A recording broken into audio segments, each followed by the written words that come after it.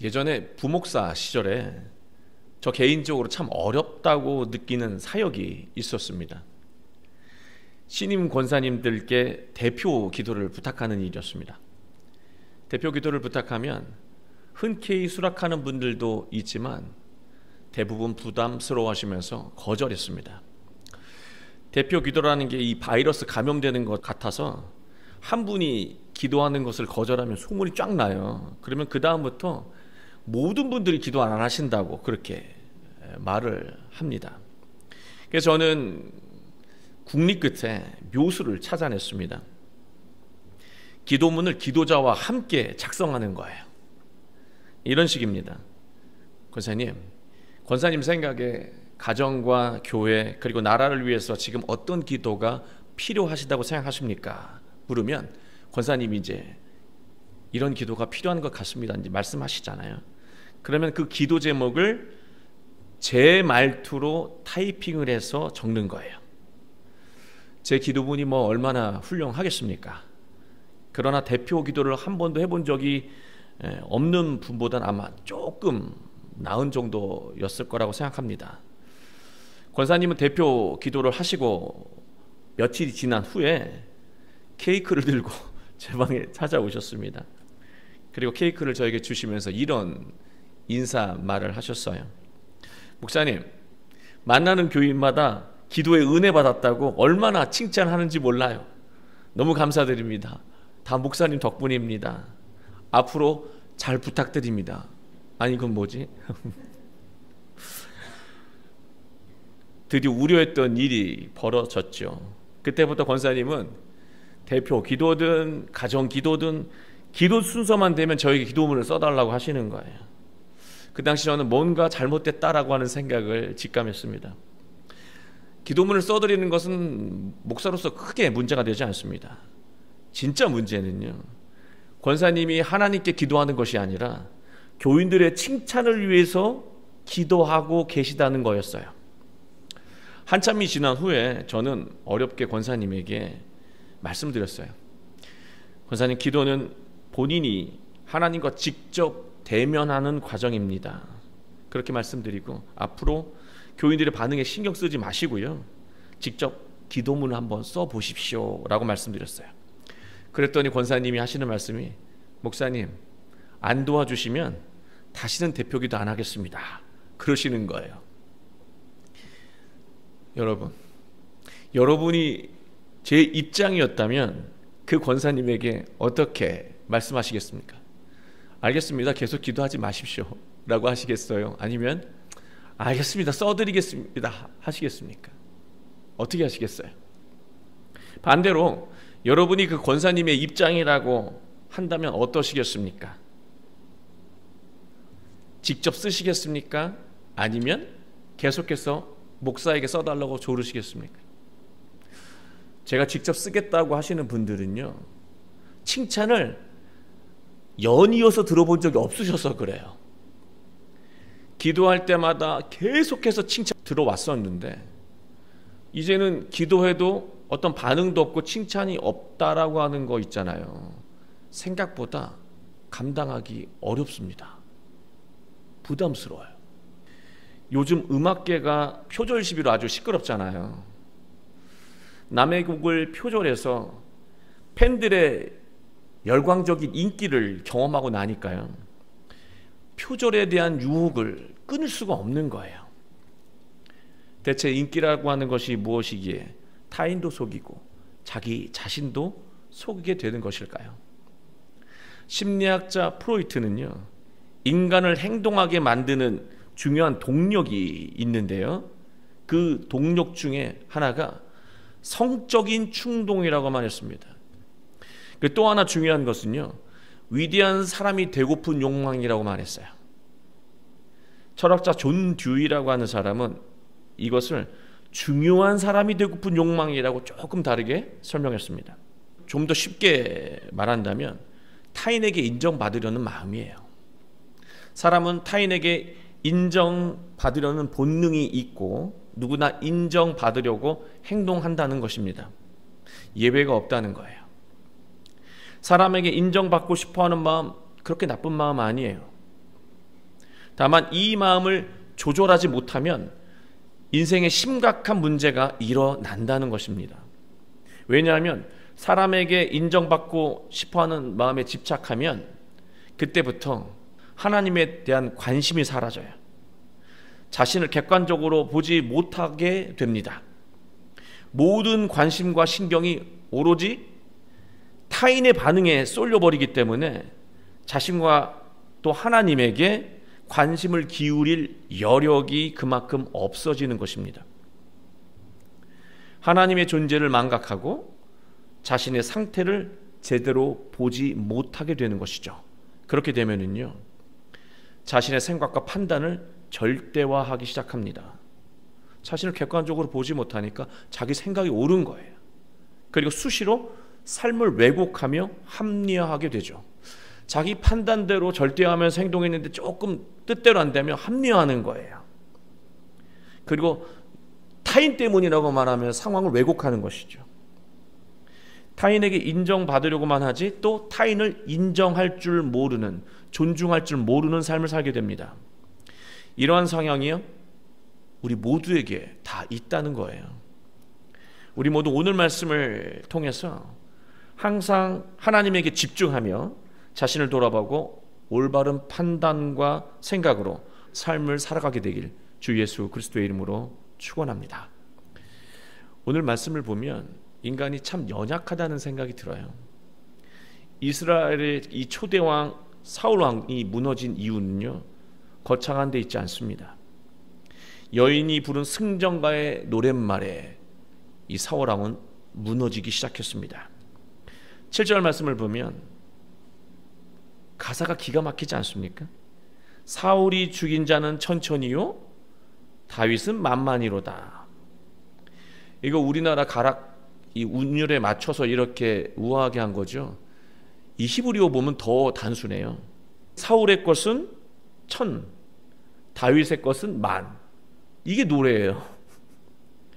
8절에 사울왕은 이 노래를 듣고 불쾌했다고 말하고 있잖아요. 이 불쾌하다라고 하는 라라고 하는 단어를 보면은요, 그 본뜻이 마음이 산산조각 났다라는 거예요. 여자들이 꽹과리 치면서 부른 이 노래에 사울의 마음이 산산조각이 났다라고 하는 거예요. 더 실감나죠. 그리고 심히 노했다는 말을 직역하면은요, 이런 말이에요. 열렬하게 발갛게 달아올랐다. 이 그림이 그려지지 않습니까? 얼굴이, 이 상황이 막 폭발하려고 하는 상황이에요.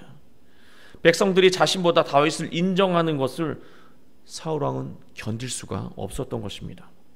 저는 이 장면에서 사울왕의 묘한 심리 상태를 느끼게 되었습니다.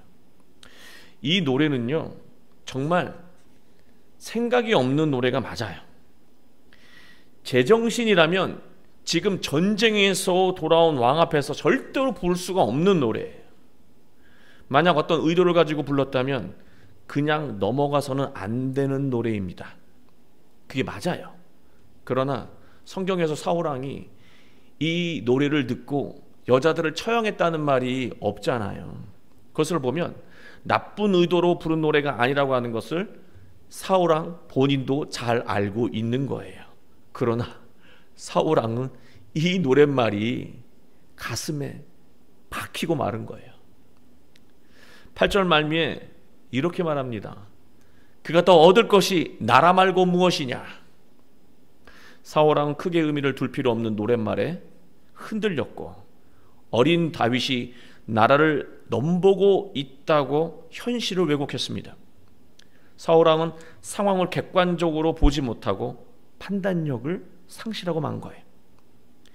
타인의 말이나 행동을 하루 종일 곱씹으면서 불쾌해하는 이 사울의 이 모습은요, 오늘 우리의 모습 아닙니까?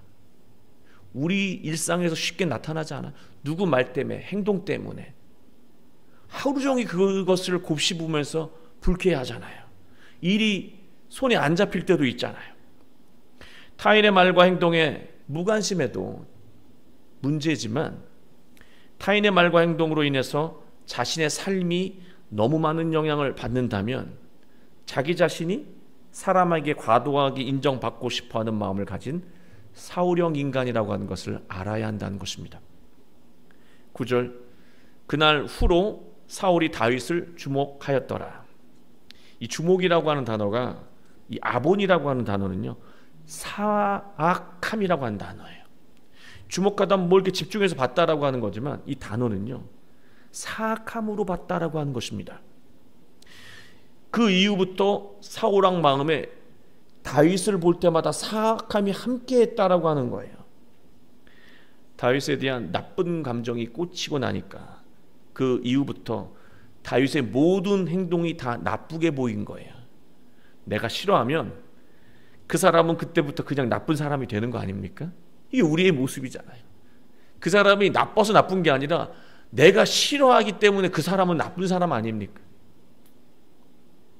최소한 그 사람에 대한 판단력을 잃어버리게 되는 거예요. 10절, 그 이튿날 하나님께서 부리시는 악령이 사울에게 힘있게 내림에 그가 집 안에서 정신없이 떠들어대므로 다윗이 평일과 같이 손으로 수금을 타는데 그때 사울의 손에 창이 있는지라. 이 구절은 좀 해석이 필요합니다. 하나님이 부리시는 악령이 사울에게 강하게 임했다라고 되어 있잖아요. 힘있게 내렸다고 되어 있는데요, 마치 하나님의 악령을 사울에게 내리신 것처럼 읽히잖아요. 그런 뜻이 아닙니다. 말이 안 되죠. 하나님이 악령을 사람에게 내린다는 것은 말이 안 되죠. 이 말을 해석을 하면 악한 영은 하나님의 다스림 안에 있는데 사울 왕이 하나님과 무관하게 살았기 때문에 영적인 상태가 더 나빠졌다는 말이에요. 악한 영은 하나님의 다스림 안에 있어요. 하나님을 믿고 따르면 다스려지는데 사울 왕이 하나님과 무관하게 사니까요, 평소에 있었던 이 악한 영이 더 심각해진 거예요. 16장을 보잖아요. 우리가 읽지 않은 앞부분 16장을 보면은요, 사울 왕은 전부터 정신적으로 힘들 때마다, 이 악한 영에 시달릴 때마다 다윗이 수금을 연주하면 그것을 통해서 위로받고 잠시 고통을 넘기곤 했습니다. 그런 상황이 있었다는 것을 생각하면 사울 왕은 왕의 채신도 있었고 다윗의 도움도 필요했기 때문에 다윗을 어찌할 수 없었던 것입니다. 미워하면서 함께하는 환경이었다는 것이죠. 사울을 정신적으로 더 깊은 수렁에 빠뜨리는 것이 바로 이 때문이에요. 저는 이 장면을 보면서 미워하면서 함께할 수밖에 없는 이 상황 있잖아요. 이 상황을 보면서 이게 우리의 삶의 현장이 아닌가라는 생각이 들었어요. 미운 마음으로 배우자를 대하고, 미운 마음으로 자녀를 대해요. 미운 마음으로 시부모를 대하고, 미운 마음으로 부모님을 대해요. 장모님을 대하고 장인을 대해요. 증오하는 마음으로 직장 동료와 함께 살아갑니다. 또 미워하는 마음으로 미운 교인과 함께 신앙생활을 해요. 이게 얼마나 자신에게 위험한 일인가를 사울의 삶을 통해서 새삼 깨닫게 되는 것입니다. 다른 사람이 칭찬받으면 겉으로는 드러내지 않아요. 의연한 척하죠. 그러나 속으로는 속상해하고 자기 자리와 위치에 대해서 불안감을 느끼죠. 그게 바로 우리의 모습입니다. 이러한 마음이 발전해서 얼마나 심각한 행동을 하게 되는지 11절에 나타나고 있습니다. 한번 볼까요? 그가 스스로 이르기를 내가 다윗을 벽에 박으리라 하고 사울이 그 창을 던졌으나 다윗이 그의 앞에서 2번 피하였더라. 사울 왕은요, 자기 감정에 눈이 가려졌습니다. 자기 감정에 눈이 가려지게 되니까요, 극단적인 행동을 서슴없이 하고 있습니다. 자기가 무슨 행동을 하는지 분별을 못하는 거예요. 12절, 여호와께서 사울을 떠나 다윗과 함께 계심으로 사울이 그를 두려워한지라. 하나님이 사울과 함께 하시다가 다윗으로 옮겨간 것을 의미하지 않아요. 이 말을 보면 다윗에게는 원래 없었는데, 하나님 함께하지 않으셨는데 사울 왕에게 있다가 이렇게 옮겨가시는 것처럼 읽히잖아요. 그런 의미가 아니고요. 물론 주석가들은 이렇게 이 상황을 해석을 합니다. 이스라엘의 왕권이 사울 왕에게서 다윗으로 옮겨간 것을 상징한다, 그렇게 멋지게 해석을 하는데 저는 그렇게 보지 않습니다. 그냥 하나님께서 사울과 더는 함께하지 않으신 거예요. 하나님이 왜 사울을 떠나신 것일까요? 이유는 간단합니다. 사울 왕이 하나님에게 무관심했던 거예요. 관심이 없었던 거예요. 하나님에게 관심이 없어요. 우리가 사랑하는 사람과 왜 헤어지죠? 관심이 없을 때 헤어지게 되는 거예요. 더는 관심이 없을 때. 하나님도 똑같아요. 왜 나는 하나님에게 전혀 관심이 없는데 하나님은 끊임없이 나한테 관심을 가져줄 거라고 그렇게 합리화를 하시고 정당화를 하십니까? 그게 바로 사람에게 인정받으려고 하는 사람에게 나타나는 똑같은 현상이에요. 하나님에게 관심을 갖지 않으니까 하나님이 떠나죠. 오로지 사람에게 인정받으려는 마음으로 가득했고, 그러다 보니까 자기 뜻대로 되지 않잖아요. 마음까지 악해진 거예요. 하나님이 함께 계실 수가 없는 심성까지 되어버린 거예요. 사람에게 인정받으려는 마음이 위험한 이유는요, 사람이 타인에게 인정받는 것에 집착하면 사람은 자연스럽게 위선하게 됩니다. 자신을 과장하며 과시하게 되죠. 인생의 위기는요, 부족함에서 일어나지 않습니다. 부족함은 조금 인생을 힘들게 할 뿐이지 인생을 위기까지 빠뜨리지 않아요. 부족하다고 속상해하지 마세요. 오히려 위기는요, 지나칠 때, 무리할 때, 과할 때, 선을 넘을 때 일어나는 것입니다. 무엇보다 하나님은요, 지나친 사람, 과도한 사람, 겸손하지 않은 사람과 함께하지 않으셔요. 거짓으로 과장하는 사람과 함께하지 않으신다는 거죠. 하나님이 그와 함께하지 않은 그 순간부터 인생은 위기가 되는 거예요. 언제 심각한 일이 벌어져도 이상한 게 아니에요. 하나님과 함께하지 않는 사람은 자신의 상태를 보지 못합니다. 타인의 반응에 모든 관심과 촉이 살아있기 때문에 자기를 볼 그런 관심이 없어요. 하나님에게 관심이 없고 하나님을 느끼지 못하는 사람은 본인도 제대로 보지 않아요. 결국 현실을 인정할 줄 모르게 됩니다. 망상에 빠지기도 해요. 그래서 자신이 처한 상황을 제대로 읽지 못해요. 지금 내가 어떤 상황 속에 있지? 내 나이, 내 인생이 지금 어느 시점을 지나고 있지? 내 젊음이 언제까지 진행될까? 이 젊은 시기에도 때가 있을 텐데 그때를 읽지 못한다는 거예요. 분별력이 없어서 수시로 잘못된 판단을 하며 위기에 빠진다는 것입니다. 여러분 잘 생각해 보셔요. 자신의 장수가 싸움을 잘한다는 것은요, 기분 좋은 일이에요. 기쁜 일이에요. 감사한 일이에요. 나의 오른팔 장수가 나가면 백전백승한다는 것은 너무나 감사한 일이고 복이에요. 싸움을 잘하는 장수를 곁에 두는 것은 왕으로 너무나 행복한 일입니다. 거기에 충성심까지 있어요. 신앙심까지도 깊어요.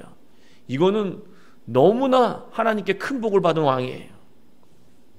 이런 상황 속에 왕이라고 한다면 다윗은 싸움을 참 잘하는구나, 그렇게 인정하면 돼요.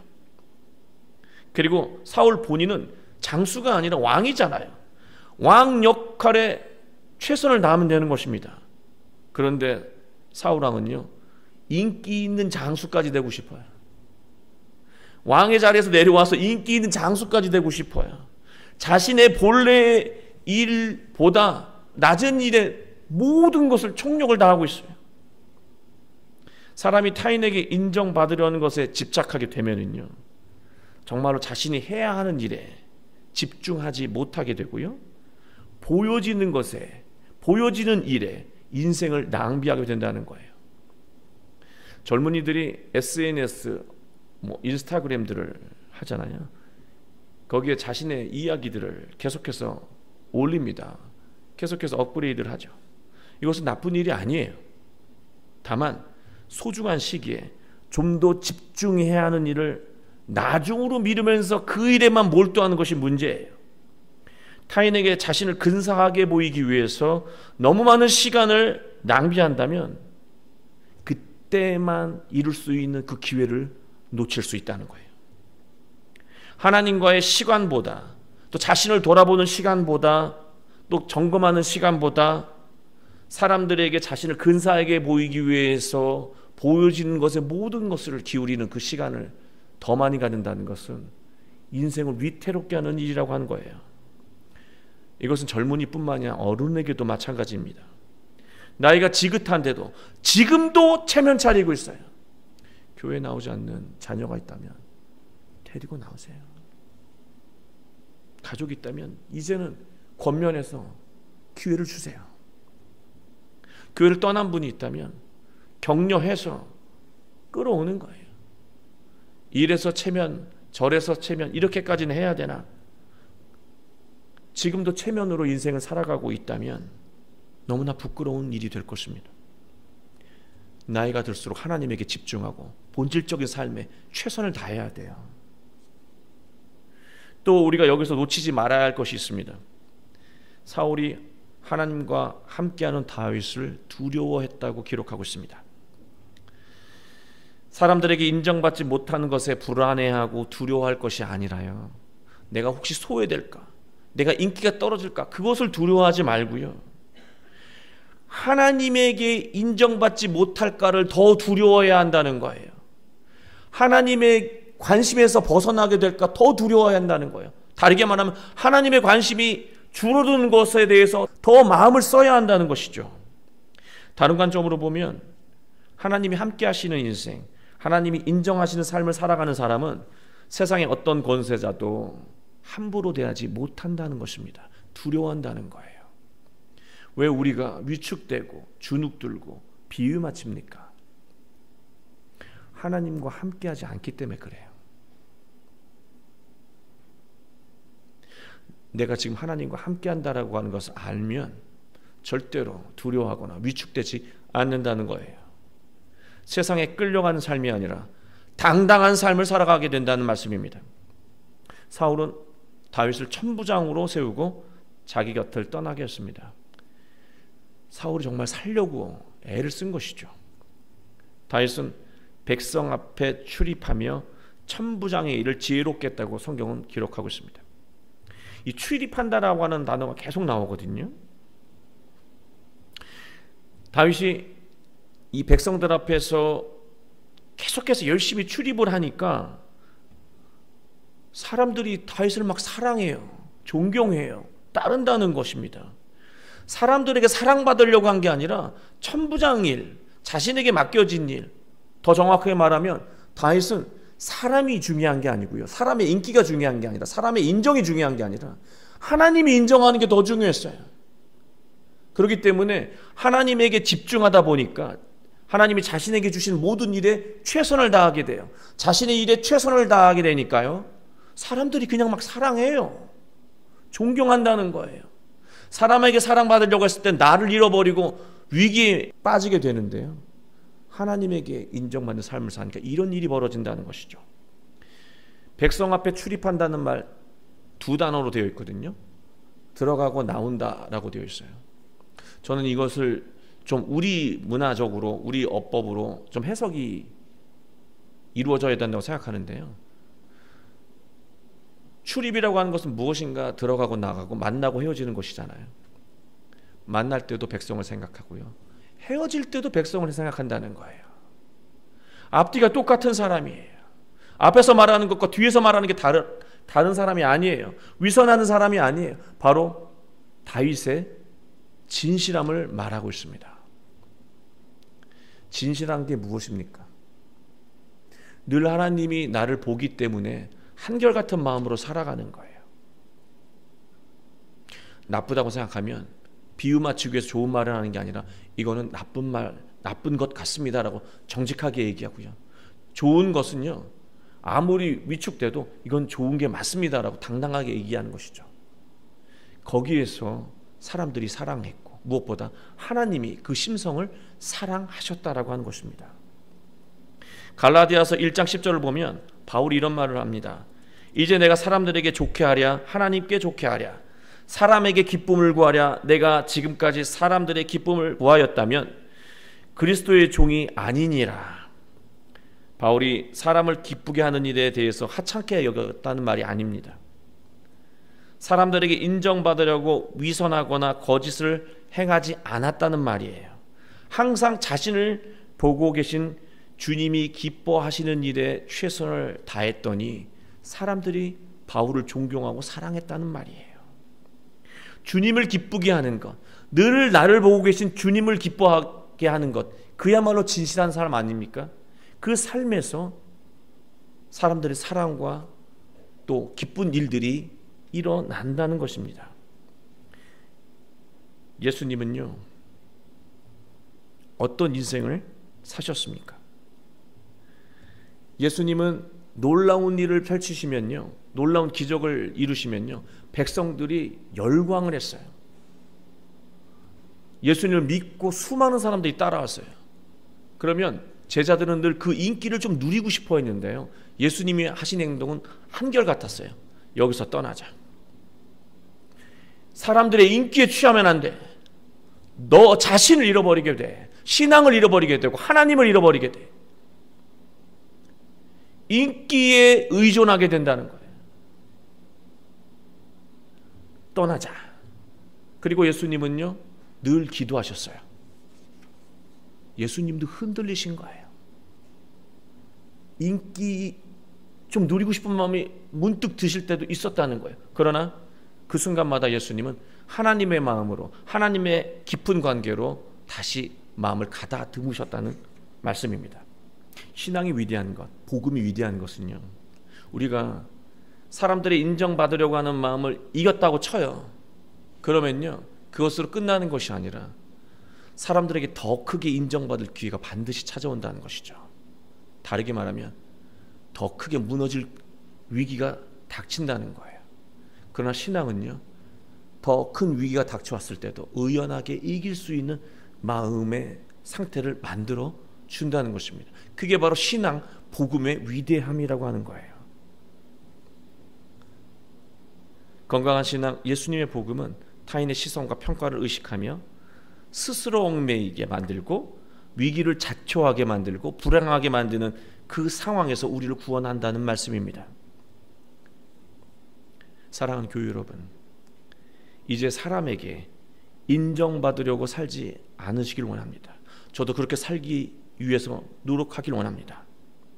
한순간이라도 더 하나님에게 인정받기 위해서 나의 영적인 상태를 돌아보고 하나님의 말씀에 우리가 순종할 수 있다면 우리는 하나님이 인정하는 삶을 살 수 있게 될 것입니다.